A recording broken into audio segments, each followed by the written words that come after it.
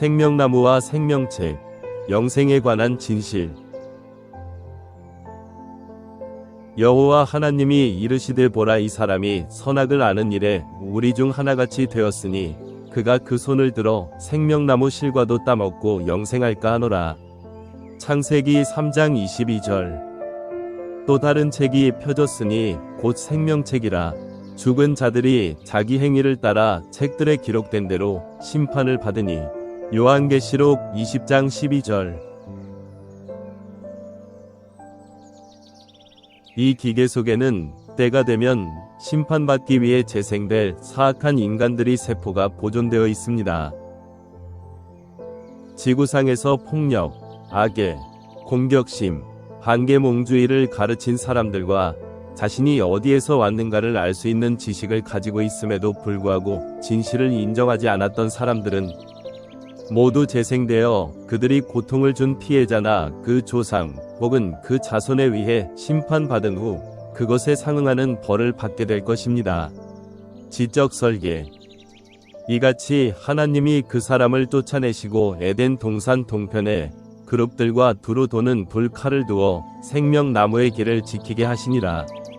창세기 3장 24절. 너는 네가 원하는 모든 것을 배우고 우리들이 가져온 책을 마음대로 읽어도 좋다. 그러나 죽고 싶지 않으면 과학책에는 손을 대지 말라. 지적 설계. 창조자들은 인간들이 과학 지식을 잘못 사용할 것을 고려하여 과학 지식의 도용을 막기 위해서 창조자들의 거주지 입구에 원자 파괴 무기로 무장한 병사를 배치한 것입니다.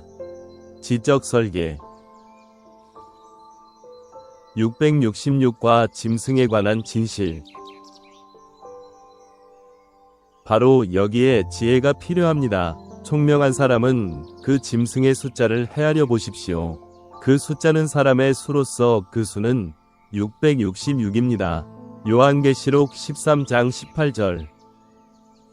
666이란 숫자는 최초의 실험실에서 처음 인간이 창조된 이래 지금까지 지구상에서 살아온 인간의 세대수를 가리킨다. 지적 설계. 1945년 원자핵 폭탄의 출현은 분명히 인류를 멸망시킬 수 있는 짐승과 같은 것임에 틀림없다. 2000년 전이 고대인 요한은 원자핵 분열의 버섯구름이 하늘로 꿈틀거리며 치솟는 장면을 보고 인류를 멸망시킬 수 있는 짐승으로 보았던 것이다. 하나님의 인과 이마의 세례. 우리가 우리 하나님의 종들의 이마에 인치기까지 땅이나 바다나 나무들을 해하지 말라 하더라. 요한계시록 7장 3절. 요한계시록의 이마에 있는 세례를 의미합니다.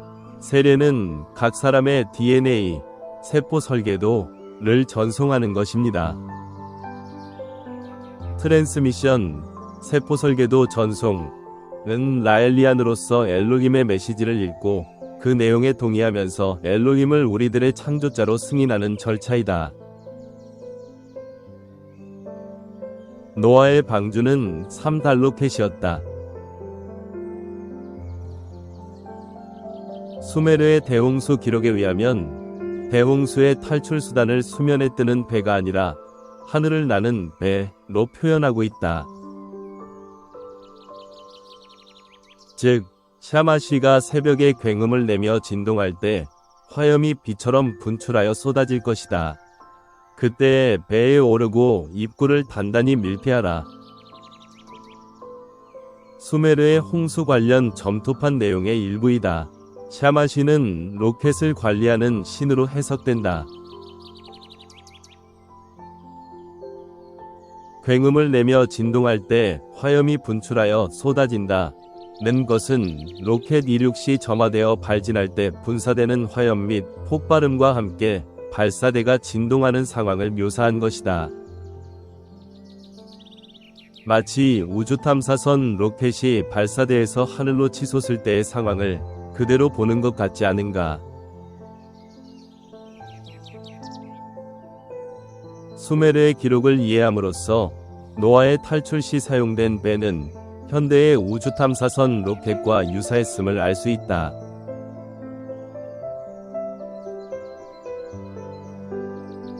인간 복제의 원조는 우주인 엘로힘이다. 인간의 창조에 대해서는 기독교 성서와 마야 문명의 성서인 포폴부 및 중국 문명의 창세기인 산해경에도 기록되어 있다.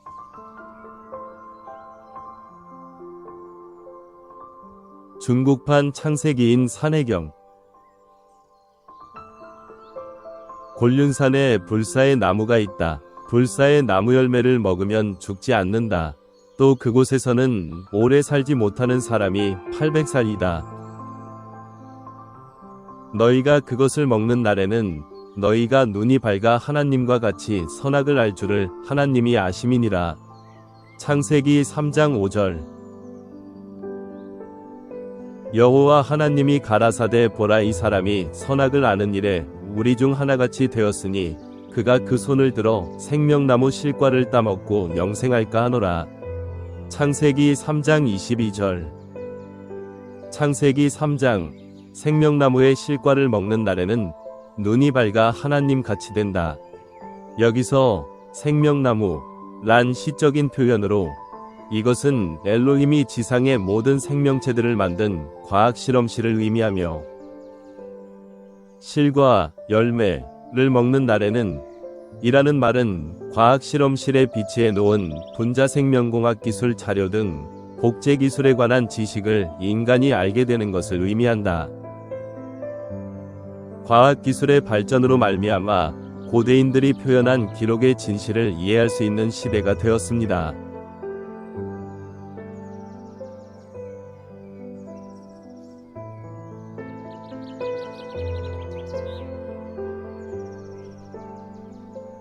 모든 문명에서 사용했던 우주의 시간대. 모든 종교에서 사용한 12궁도. 이집트 신전과 마야 신전의 12궁도. 유대교의 12궁도.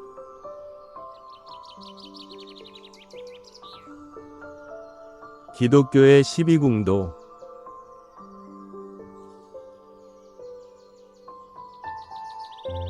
이슬람교의 12궁도.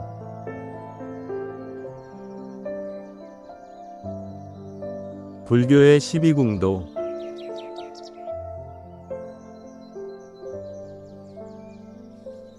세계 도처에서 사용된 물고기궁의 물고기 문양.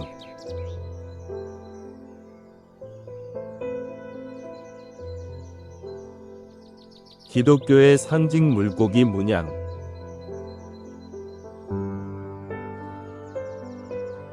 바빌로니아, 메소포타미아에서 사용된 물고기 문양. 이스라엘에서 사용된 물고기 문양. 이란, 네팔, 몽골에서 사용된 물고기 문양. 중국, 일본, 한국에서 사용된 물고기 문양. 인도 힌두사원에서 사용된 물고기 문양. 한없이 오래된 스와스티카 심벌. 스와카티카는 시간의 무한성을 나타낸다. 우주에 있는 모든 것은 그 형태만 변할 뿐 영원히 존재한다. 물질과 에너지는 똑같으며 시작도 끝도 없다. 모든 것은 순환한다. 세계 도처에서 사용된 스와스티카. 한반도, 중국, 일본, 인도, 그리스, 프랑스, 티벳, 남미 파나마 군도, 브라질 아마존, 아프리카, 라파엘 그림, 성소피아 성당.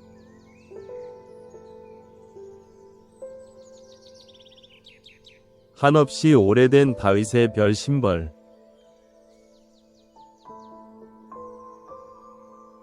다윗의 별은 공간의 무한성을 나타내며 위에 있는 것은 아래에 있는 것과 같다 라는 의미이다.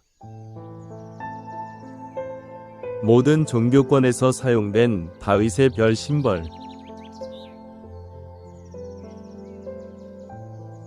불교 문화권 티벳의 사자에서 네팔 국왕 왕장, 네팔 부처불상.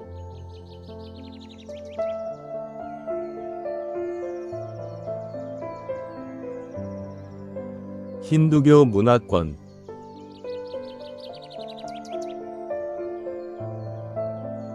유대교 문화권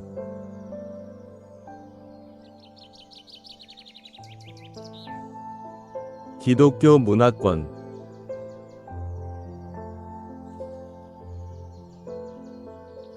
이슬람교 문화권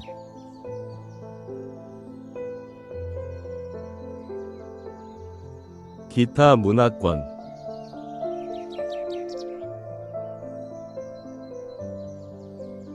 일본 중부의 노우가 코겐 신전 고대인들은 그들의 창조자들이 사용하고 있던 이 상징을 신성하게 여기고 보존했으며 따라서 그 흔적은 세계 모든 유물에서 발견되고 있다. 엘로힘은 우주의 무한함을 나타내는 이 표시를 사용합니다. 엘로힘이 사용하고 있는 무한의 상징.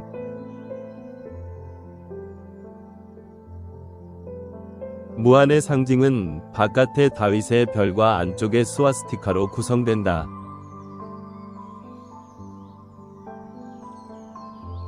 이제 인류는 사물을 과학적으로 이해하기 시작하였다.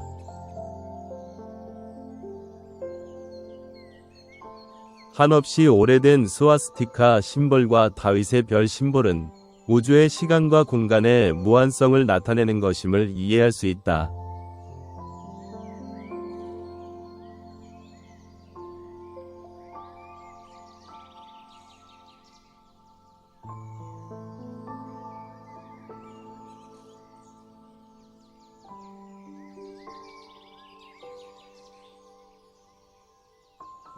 성서에 기록된 엘로힘과 외계 문명. 태초에 하나님이 천지를 창조하시니라. 창세기 1장 1절. 하나님이 가라사대 우리의 형상을 따라 우리의 모양대로 우리가 사람을 만들고. 창세기 1장 26절. 예수께서 이르시되 진실로 내게 이르노니 오늘 네가 나와 함께 낙원에 있으리라 하시니라. 누가복음 23장 43절. 심령이 가난한 자는 복이 있나니 천국이 저희 것임이요. 마태복음 5장 3절. 그러므로 너희는 이렇게 기도하라. 하늘에 계신 우리 아버지여, 이름이 거룩히 여김을 받으시오며 나라가 임하시오며 뜻이 하늘에서 이루어진 것 같이 땅에서도 이루어지이다. 마태복음 6장 9절에서 10절. 모든 눈물을 그 눈에서 씻기심에 다시 사망이 없고 애통하는 것이나 곡하는 것이나 아픈 것이 다시 있지 아니하리니 처음 것들이 다 지나갔음이러라. 요한계시록 21장 4절.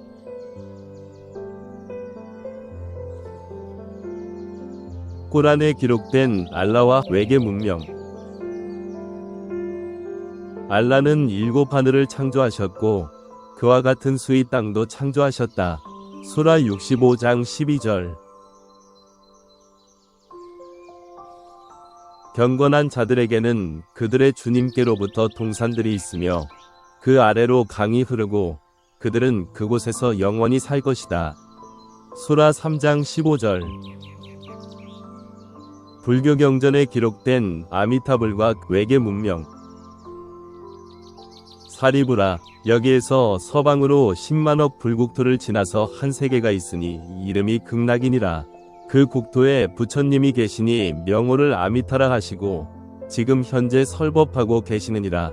사리부라, 그 국토를 어째서 극락이라 이름하는가? 그 국토의 중생들은 모든 고통이 없고 오직 모든 즐거움만을 누리나니 그러므로 극락이라 하느니라. 아미타경.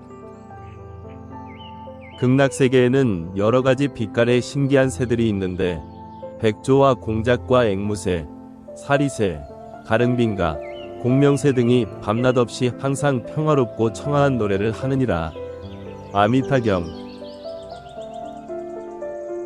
부처님께서 아난에게 말씀하셨다. 야마, 도솔에서 색계, 무색계에 이르는 모든 천은 다 공계를 의지하여 머무느니라. 불설대승무량 수장엄경 2권. 불교계는 도솔천은 하늘 공간에 있고 극락세계는 대지에 존재한다고 해석하고 있다. 이를 현대적으로 재조명하면 극락세계란 지구 밖 외계에 있는 또 다른 행성을 의미한다. 붓다가 방문한 아미타경에 기록된 극락세계는 엘로힘의 불사의 행성이다. 엘로힘은 고대 히브리어로 하늘에서 온 사람들을 의미하며 2만 5천 년 전 지구를 방문해 고도로 발전한 DNA 합성 기술로 지구상의 모든 생명체를 창조한 외계인 과학자들이다. 당시 과학 지식에 어두웠던 우리 선조들은 전지전능한 과학 기술을 구사하는 그들을 초자연적 신으로 오해했다.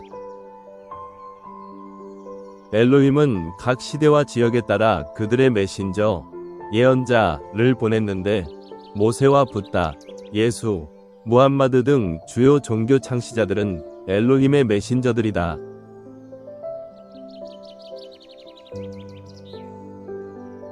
2023년 일본 오키나와 상공에 나타난 UFO.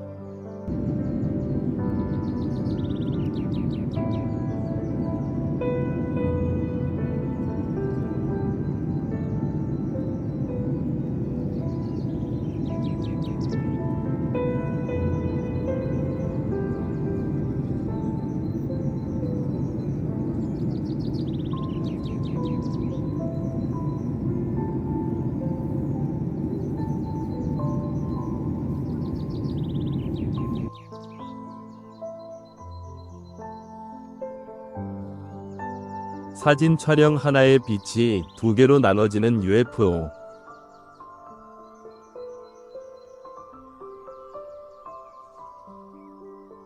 과학기술에 의해 과거의 모든 신비가 밝혀지는 계시의 시대가 이미 시작되었다. 1946년 3월 춘분점을 기하여 2160년 동안 지속해온 쌍어궁 시대는 고병궁 시대로 이동하였다.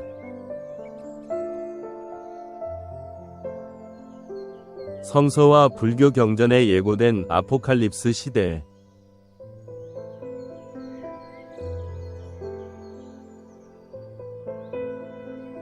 성서에 예고된 원자폭탄과 과학 위료 기술의 발전, 이스라엘의 독립과 UFO 출현.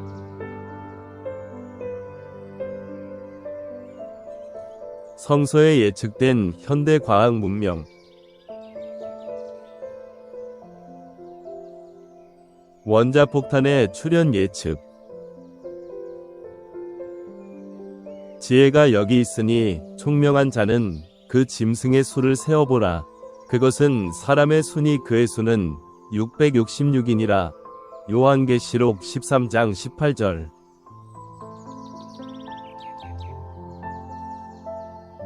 현대 의학 예측. 그때의 소경의 눈이 밝을 것이며 귀머거리의 귀가 열릴 것이며 그때의 저는 자는 사슴같이 뛸 것이며 벙어리의 혀는 노래하리라. 이사야서 35장 5절에서 6절.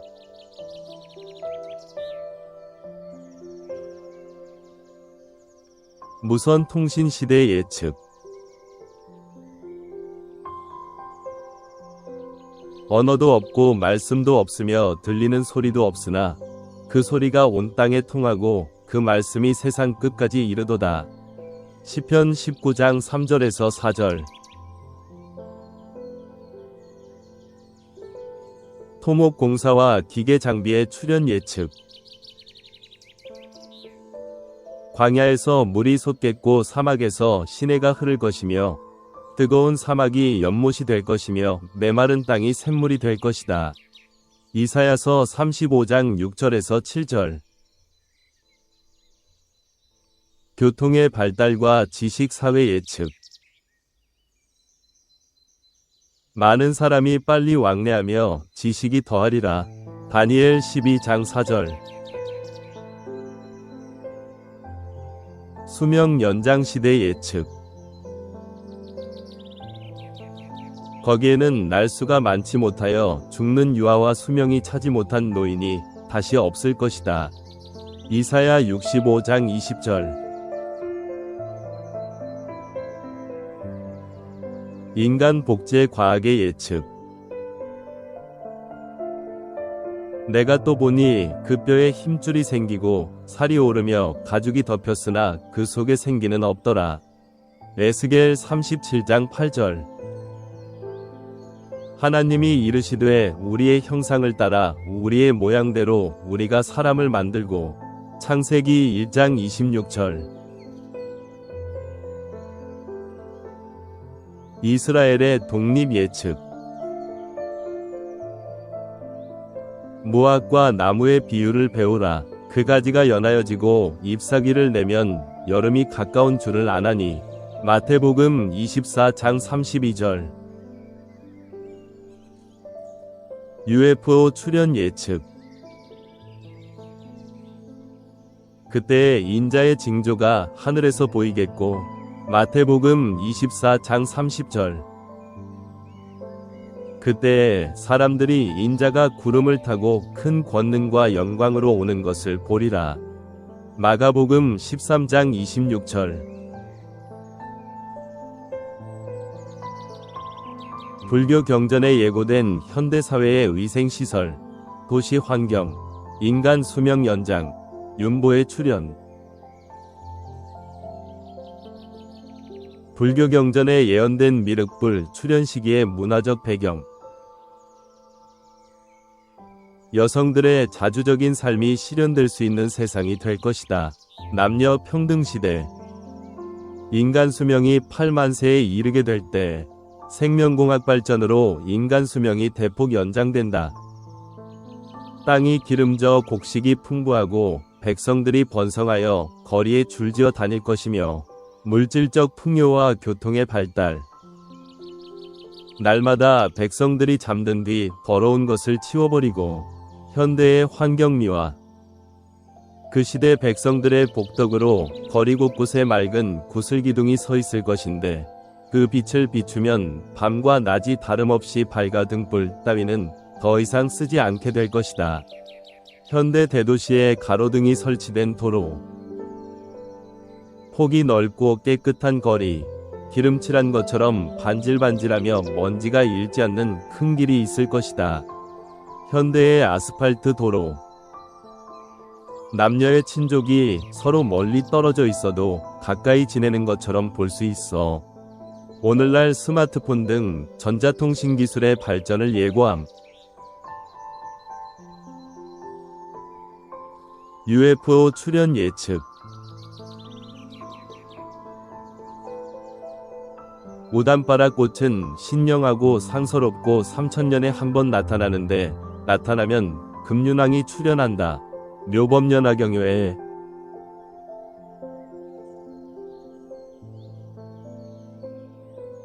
불교 사전에 의하면 3000년 만에 한 번 꽃이 피는 신령스러운 꽃으로 우다마가 피면 금륜이 출현한다고 한다.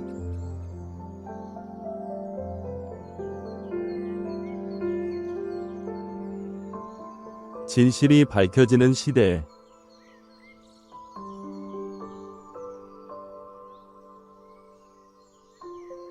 그날이 오면 물고기궁의 문에서 아우성 소리가. 스바니아서 1장 10절. 그리스도와 그의 어부들은 상어궁 시대에 속합니다.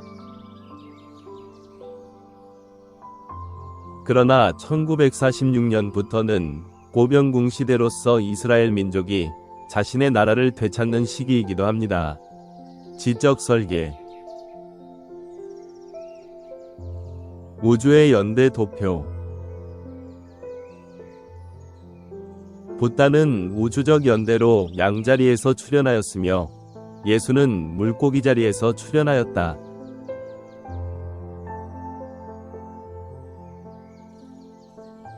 2차 세계대전은 물고기 시대의 종료와 함께하였으며 과학문명 시대인 아포칼립스 시대는 물병자리의 시작과 맞물려 있다.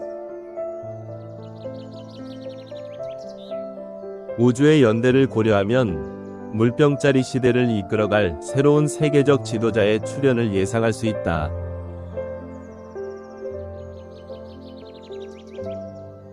은하문명 시대는 이미 시작되었다. UFO는 왜 날아오는가? 첫째, 고병궁 시대의 도래, 은하계 운동 법칙.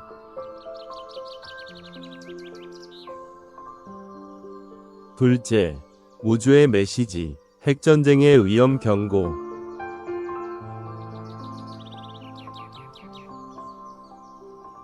셋째, 협력, 은하세계 공동체의 일원. 왜 모든 종교권에 UFO 현상이 나타날까요? 그것은 모든 종교의 원류는 한 곳에서 시작되었다는 증거이다. UFO의 이해는 인류의 기원을 이해하는 지름길이다. 고대인들의 신과 기적의 UFO 공중현상은 과학적으로 이해 가능한 시대가 되었다. 최상열 편저 역사의 이동.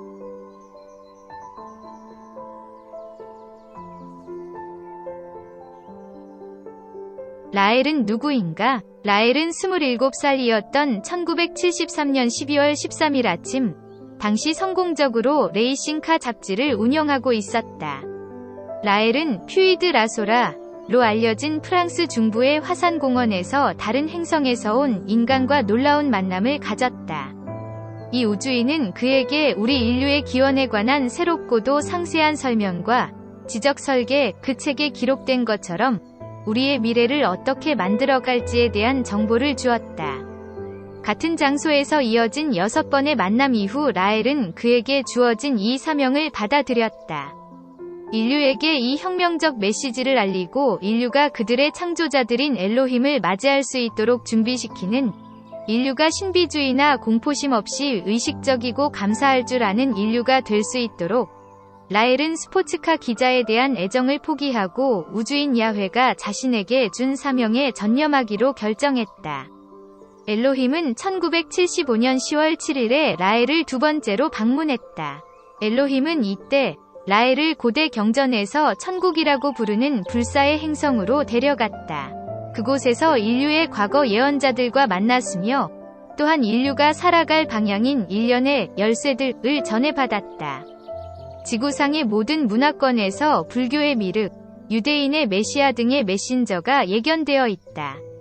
여러 시대에 걸쳐 엘로힘은 모세, 부타, 예수, 무함마드를 포함한 많은 예언자들과 접촉을 유지했다.